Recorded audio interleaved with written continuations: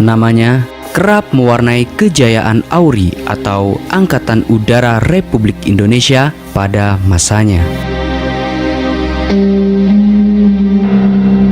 Dia dikenal sebagai sosok Menteri Panglima TNI Angkatan Udara termuda yang sangat loyal kepada Presiden Soekarno.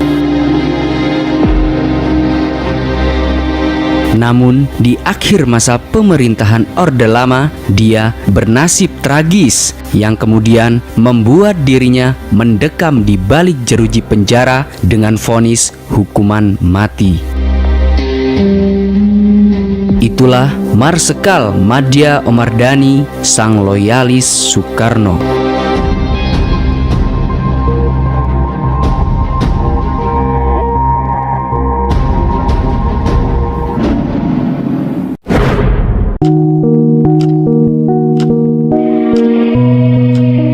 Marsekal Madya Omardhani lahir di Solo, Jawa Tengah pada tanggal 23 Januari 1924. Beliau merupakan putra dari KRT Reksonegoro, seorang asisten wedana di Gondang Winangun, Klaten.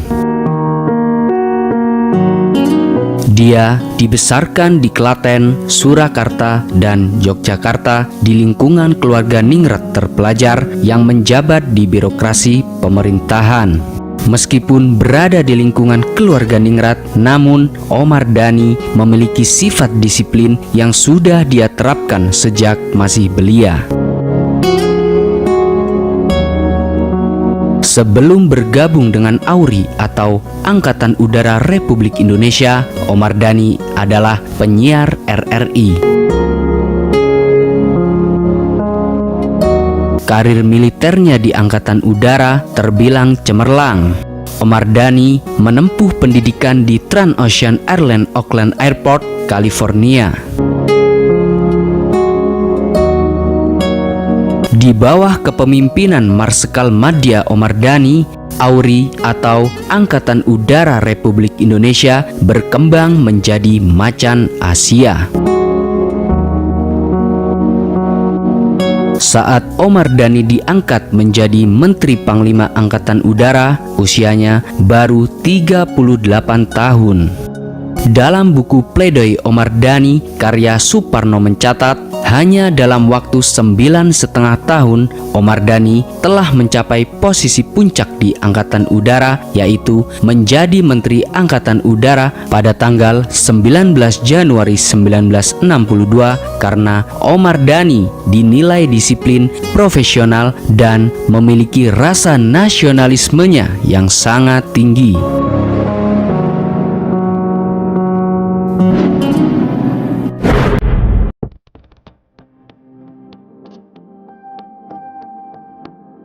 Dalam perjalanan karir militernya, Omardhani menjadi sorotan publik militer Indonesia.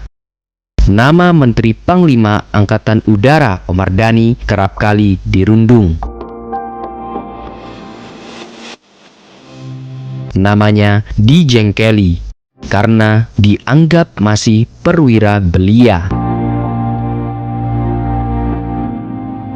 Di jajaran Panglima Angkatan Perang, Dhani adalah yang termuda. Meski demikian, reputasi Dhani tetap diperhitungkan, sebab dia adalah Panglima pilihan Presiden Soekarno. Kesatuan Angkatan Darat adalah kesatuan yang sangat tidak suka dengan Omardhani. Karena selain Omardhani diangkat Menteri Angkatan Udara oleh Soekarno, Omardhani dinilai terlalu loyal dengan Soekarno. Karena hal itulah, oknum pimpinan Angkatan Darat berniat menggembosi dan menghajar Omardhani. Yang kami anti indah itu polemika pimpinan Salah satunya pada saat Omardhani menangani konfrontasi Malaysia. Semula, strategi Omar Dhani sudah matang, namun kemudian Jenderal Soeharto dengan wewenangnya membawa perubahan organisasi, mengutak-atik rencana, dan mengacaukan strategi dasar Kolaga sehingga meruwetkan suasana. Secara diam-diam, Soeharto menjalankan operasi khusus berupa aksi penyelundupan pangan ke pihak musuh.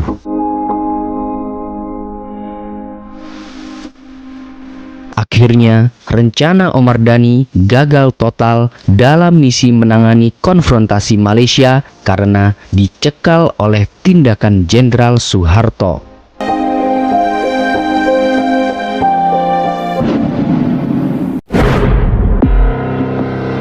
Monumen ini dipersembahkan bagi 7 pahlawan revolusi, korban kebiadaban Gerakan 30 September PKI yang mencoba mengkhianati Pancasila yang sakti. Perjalanan sejarah bangsa bergerak ke arah yang tidak menguntungkan bagi Omar Dhani karena pertarungan politik kala itu. Omar Dhani yang dinilai loyal kepada Presiden Soekarno telah dituding terlibat dalam G30S. Letnan Kolonel Untung menyelamatkan Presiden Soekarno dari kup Dewan Jenderal. Pada hari Kamis tanggal 30 September 1965 di Ibu Kota Republik Indonesia Jakarta telah terjadi gerakan militer dalam Angkatan Darat. Radio Republik Indonesia atau RRI mengumandangkan berita tentang terjadinya operasi militer Gerakan 30 September atau G30S yang telah menyelamatkan Presiden Soekarno. Gerakan yang dipimpin oleh Letkol Untung ini menciduk sejumlah jenderal angkatan darat yang diduga akan melancarkan kudeta Dewan Jenderal.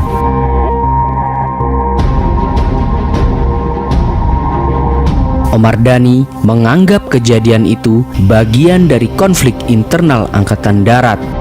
Akhirnya, dengan segera dia mengeluarkan surat perintah harian yang mengatakan Auri tidak turut campur dalam G30S dan Auri setuju dengan tiap gerakan pembersihan yang diadakan dalam tubuh tiap alat revolusi sesuai garis pimpinan besar revolusi Presiden Soekarno. Tetapi lebih jauh dari itu, yaitu gerakan untuk mengadakan coup, untuk merebut kekuasaan negara secara paksa dan pasti didalangi PKI. Namun, setelah surat perintah harian itu tersiar, baru diketahui gerakan 30 September didalangi oleh Biro Politik yang dipimpin oleh DN Aidit, pimpinan PKI. Jelas, Dhani mengambil langkah tergesa-gesa yang berakibat fatal dalam hidupnya. Sejarawan Aswi Warman Adam dalam buku Menguak Misteri Sejarah mengatakan perintah harian itu kemudian menjadi persoalan besar di mata kelompok Soeharto. Perintah itu dianggap oleh kelompok Soeharto sebagai bukti keterlibatan Omar Dhani dalam mendukung G30S.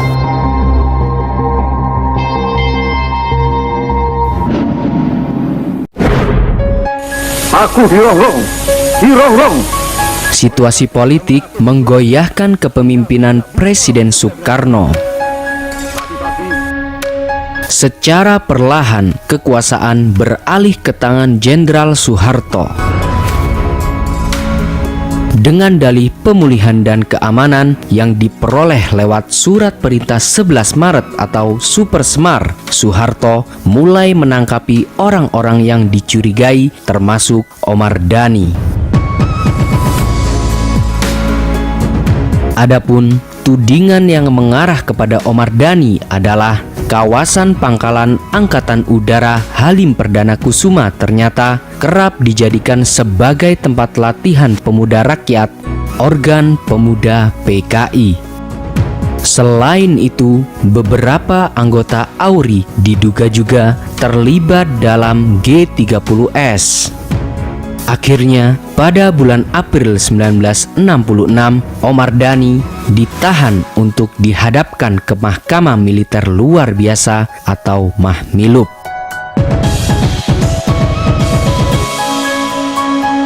Julius Poor dalam G30S Fakta atau Rekayasa mencatat Omar Dhani menyadari dirinya bakal diajukan ke depan sidang peradilan yang penuh dengan fitnah, tekanan, serta campur tangan penguasa. Di depan sidang Mahmilub, dengan sikap gagah, Omar Dhani memberi penegasan segala macam tindakan dari anggota AURI selama berlangsungnya peristiwa G30S semuanya tanggung jawab saya, sama sekali bukan tanggung jawab mereka. Pengadilan Mahmilub pada akhirnya menyatakan Omar Dhani bersalah. Panglima Sukarnois ini dijatuhi vonis hukuman mati. Namanya yang semula harum karena prestasinya pun dinista selama rezim Orde Baru. Namun, pada tanggal 14 Desember 1982 yang semula divonis hukuman mati, Omar Dhani menerima grasi. Hukumannya diganti menjadi penjara seumur hidup. Akhirnya, pada tanggal 16 Agustus 1995, Dhani dibebaskan karena faktor lanjut usia bersama dengan Subandrio dan mantan Kepala Badan Intelijen atau BPI Sugeng Sutarto.